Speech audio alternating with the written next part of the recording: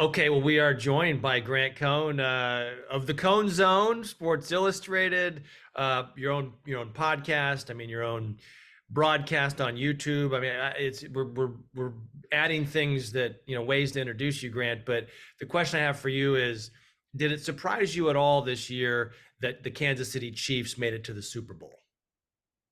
All year it looked like that wasn't their year. When you think of watching a Chiefs game, you think of something happening on third down, an incomplete pass. Patrick Mahomes walks back to the sideline and he's angry and he's yelling at someone and he's almost whining. That was sort of the image that you would think of when you think of that team. Or them dropping passes. They led the league in drop passes. Something was off. But then the playoffs started and they flipped the switch and they started winning easily on the road against really good teams. And you remind yourself, like, yeah, they're champions. They've won twice. They're a little bit like the Warriors were 4 or 5 years ago, where they know what it takes. They're pacing themselves and they're playing their best right now. So the Niners are favored, but not by much. And they won more games than the Chiefs this year. So got to give that team a lot of respect. Other than Travis Kelsey, I mean, those receivers, I don't know if they're the worst in the league, but they're right there. Does anybody scare you on that offense besides Kelsey and Pacheco and obviously Patrick Mahomes? I like their rookie wide receiver, Rashee Rice. He's pretty good. He's last year they had Juju Smith-Schuster as their slot receiver. I think Rice is better. He's a rookie. Mahomes has about a 124 rating when targeting him, so he's a factor. And I think what's going to be interesting about them, they're a totally different offense than the one that beat the Niners in the Super Bowl 4 years ago. That one had Tyreek Hill and Sammy Watkins, and they threw the ball downfield a lot. This team is much more of a power running team. They'll put 2, 3 tight ends on the field and hand it off to Pacheco. And if you overcommit to like stopping him, then they'll go deep play action. But Pacheco ran the ball 24 times a few days ago against the Ravens. It's a different team, and the Niners have been vulnerable against the run. They're going to have an answer for Pacheco.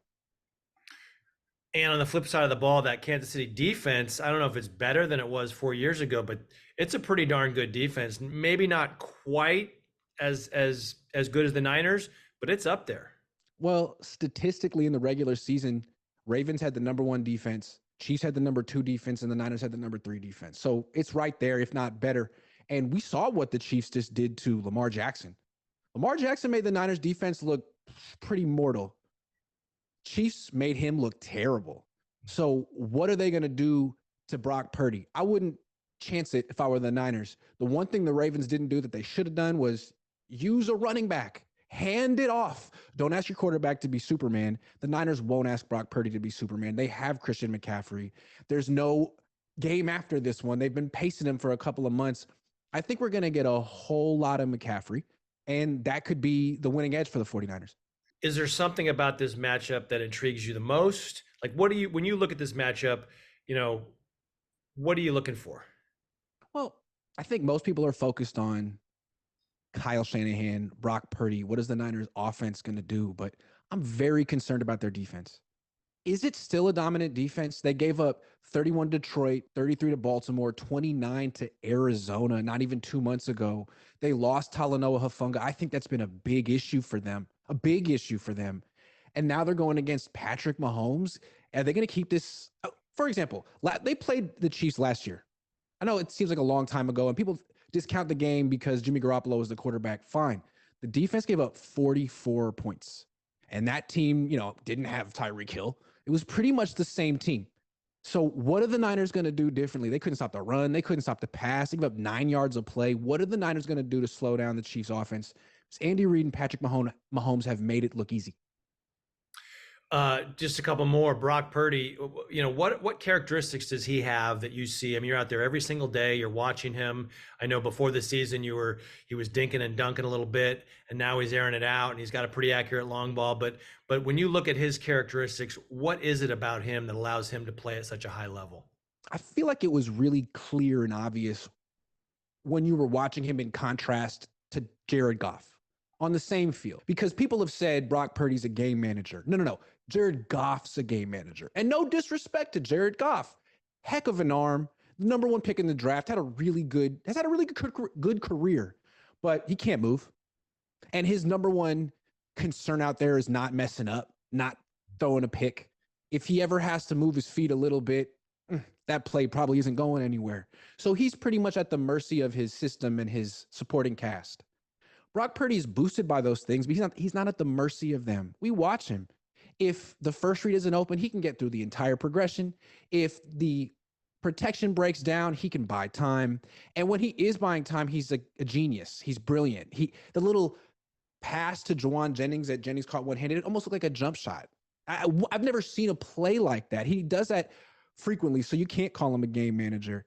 He is a game changer. He makes game-changing plays. And frankly, I don't care that he has a weak arm. I don't care that he's short. Jared Goff's tall. He has a strong arm. I want that mobility. I want that creativity. I think that is so important in today's NFL. Doesn't he remind you of Jeff Garcia? People compare him to Joe Montana. He's going to have to win 4 Super Bowls before I give him that.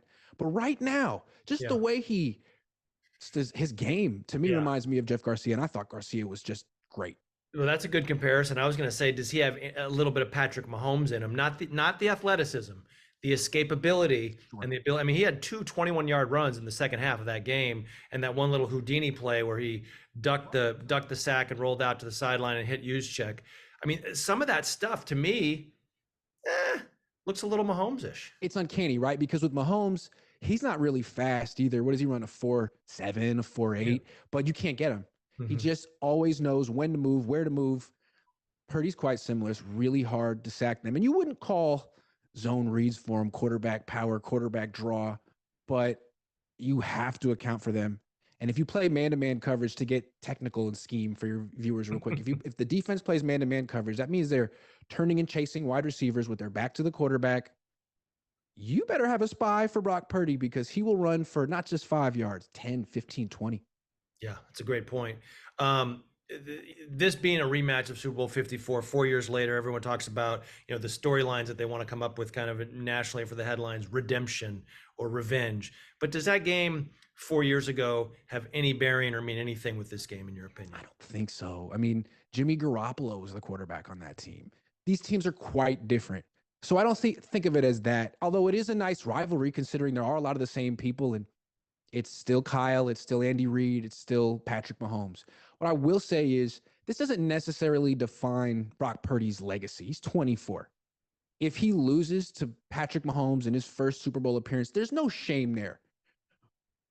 Kyle Shanahan, though, he really needs to win this game. I mean, it's not like he'd get run out of town if he lost, but what would people say about him all offseason? And he lost again. He really just can't win the big one. He's had 3 chances. So I think for his legacy, a lot's on the line for him. But for Brock, it just seems like he's just getting started. Yeah, and just to the Shanahan point, especially if the 49ers have a big lead in this game. And they had a 10-point lead in the fourth quarter in the last Super Bowl against the Chiefs. Obviously, we know what happened with Atlanta and New England many years back. Do you have any sort of thought on how this might play out this game? It's a little early. I don't want to make my pick until before because, man, there's a lot in the line here. But it does – look, there's some factors I'm thinking of. The Niners looked utterly dominant all year against NFC teams. They're clearly the class of the NFC team. They deserve to be in the Super Bowl. But when they faced AFC teams, it was a different story. They handled Pittsburgh. They handled Jacksonville. They really struggled against Cleveland, Cincinnati, and Baltimore. Really struggled against those 3 teams. And Kansas City is at least as good as all of them. I mean, they might be the best of them. So this is a test that the Niners haven't really passed yet. These teams in the AFC are tougher. They're more violent, frankly. And if the Niners have a weakness stopping the run, it's going to get exposed. If they have a weakness stopping mobile quarterbacks, it's going to get exposed. So they're going to have to play their best. And Jason, when was the last time they did that? Oh, it's been a while since they played great halves, but a full game, it's been a long time. So maybe when they beat Philly 2 months ago. Meanwhile, Kansas City's been playing their best. So you could probably see which way I'm leaning, but I don't want to pick against the 49ers and have them win and have to live with that the rest of my life. So I'm looking for reasons to pick the 49ers, and I have 2 weeks. Okay. Well, if they don't dig themselves in a hole, that would be tough to come back against that defense and that quarterback. I will say that. So get down big in the first half, and there's going to be a little bit of a problem. All right, Grant. Everyone's going to say, hey, can Brock Purdy do it? I got more questions about that defense. The last time they faced Patrick Mahomes, 44 points. What's the solution? Yeah. Good call. Great stuff, Grant. Thanks so much. Thank you. All right. See you later. Thanks, Grant. My pleasure. All righty. See you All later. right, man. I'll see you.